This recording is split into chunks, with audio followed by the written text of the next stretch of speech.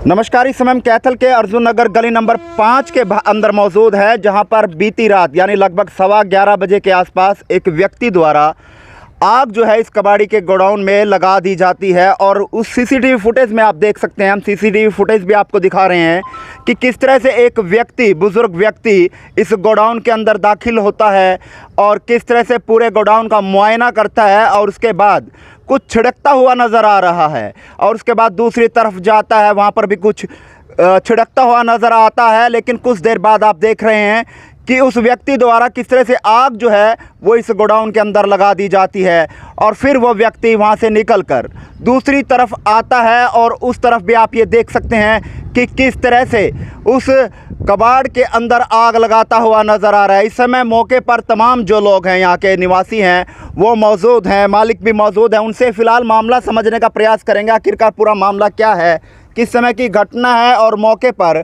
Fire brigade या तमाम जो सुरक्षा उपकरण है वो पहुंचे थे या नहीं पहुंचे थे। इन तमाम विषयों पर जानेंगे। जी, क्या नाम है आपका? कुलदीप जी। क्या पूरा मामला है, कब की ये घटना है और कितने का नुकसान है? ये रात की घटना है जी, 11 बजे की, सुबह 11 बजे की जी आसपास।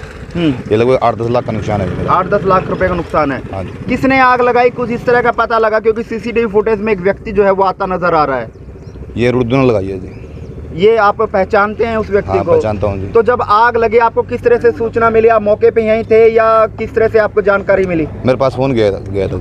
हाँ जी, जुग्गी वाला ने फ़ोन किया था भैया आगे। जब मैं रास्ते में दुकान पे आ रहा था तो रास्ते में मुझे वो व्यक्ति मिला भी है, तो मैं इग्नोर कर गया कि भाई पता नहीं था मुझे भाई कौन कोई ये बूढ़ा व्यक्ति है, काम नहीं कर सकता।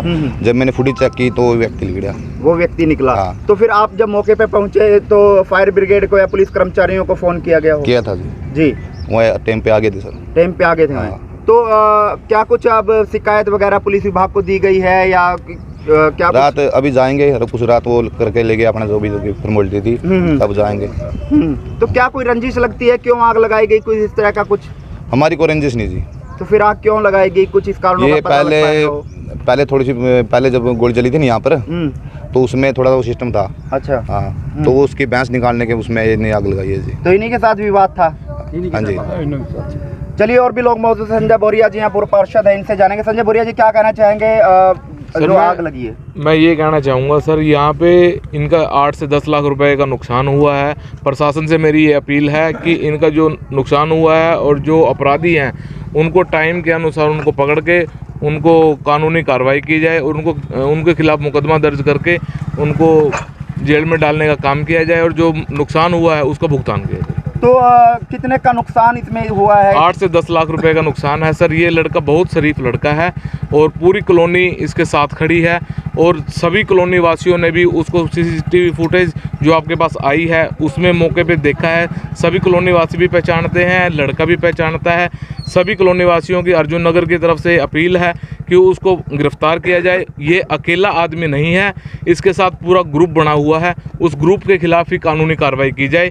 और रंजिश किसी और के साथ थी, निकाली इस गरीब आदमी के साथ है। तो क्या रंजिश मानते हैं, क्यों आग लगाई, कोई इस तरह का कारण पता लग पाया हो? कोई गोली वगैरह चली थी पहले, उसके मुकदमा वगैरह इनका चल रहा है।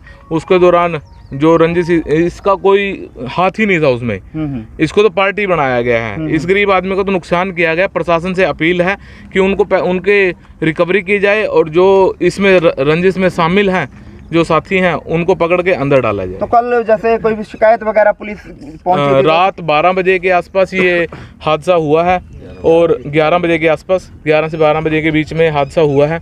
प्रशासन को हमने फ़ोन कर दिया था 112 नंबर पे, पुलिस भी प्रशासन भी आ चुका था। फायर ब्रिगेड ने ये बुझाया है सारा, जो आग लगाई गई थी, और मौके पे आ चुकी है। अभी सारे हम इकट्ठे होकर एसपी साहब से मिलेंगे और एप्लीकेशन उनको देंगे सर। सीसीटीवी फुटेज की कवरेज भी देंगे उनको। क्या कुछ सामान था जो जल गया, कुछ आप बताना चाहें? इसमें जी प्लास्टिक थी, मेरी HMLD थी, पॉलिथीन होता है जो, सोल थे, ये आइटम थी सर। ये आइटम थी। तो कितने टन का या कितने क्विंटल माल होगा जो जल? लगभग 20 टन के आसपास तो पॉलिथीन थे मेरे। 25 टन के आसपास ये पल्ली थी और लगभग कंधे ये 10 टन के आसपास सोल थे मेरे।